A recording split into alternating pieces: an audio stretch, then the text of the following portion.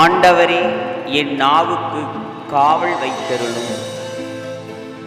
என் இதழ்களின் வாயிலில் காவலாளியை வைத்தருளும்.